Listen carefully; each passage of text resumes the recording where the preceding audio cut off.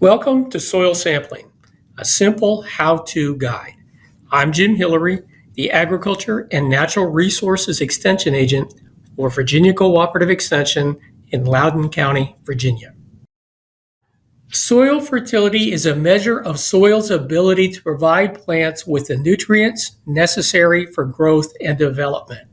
In short, grasses, legumes, and forbs that may be desirable as livestock inputs grow best in soil that is fertile. So how do you know whether soil is fertile? There are some visual characteristics of fertile soil, like the presence of earthworms. However, visual indicators won't tell us important information, such as whether the pH or potassium levels are adequate.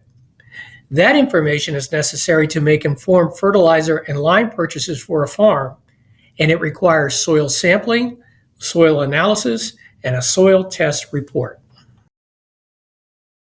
Soil sampling is the process of collecting soil for a soil test. Soil analysis is a chemical or physical measurement completed in a laboratory. A soil test report is a written presentation of observations and recommendations following a soil analysis. The process of soil sampling is the first step in identifying soil fertility using a soil test. Together, soil sampling and soil testing are similar to a medical checkup. Ideally, soil sampling will lead to higher plant yield and quality by gathering soil correctly for accurate lime and fertilizer recommendations. Soil analysis or soil test data provides the information needed to establish a soil baseline at a given time. With a baseline, you can monitor your soil to identify and address nutrient deficiencies, excesses, or imbalances. Information from a soil test will help you select the proper liming and fertilization amounts to obtain optimal growth of pasture plants. Therefore, sampling correctly is necessary for accurate analysis.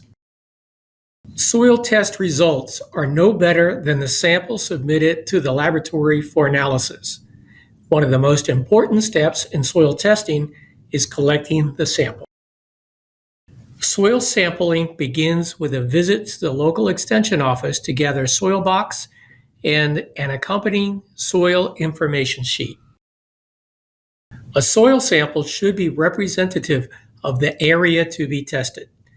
Pastures or areas that you recognize as unique should be sampled separately.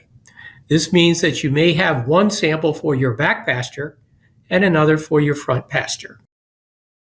Take soil from locations in the sampled area and mix it together in a clean plastic bucket. Use clean sampling tools and containers.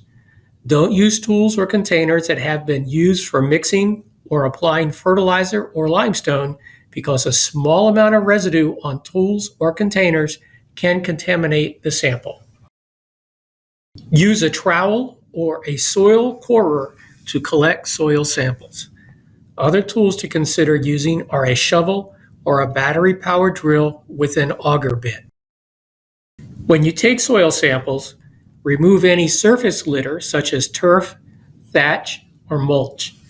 For pastures, sample to a depth of 4 to 6 inches.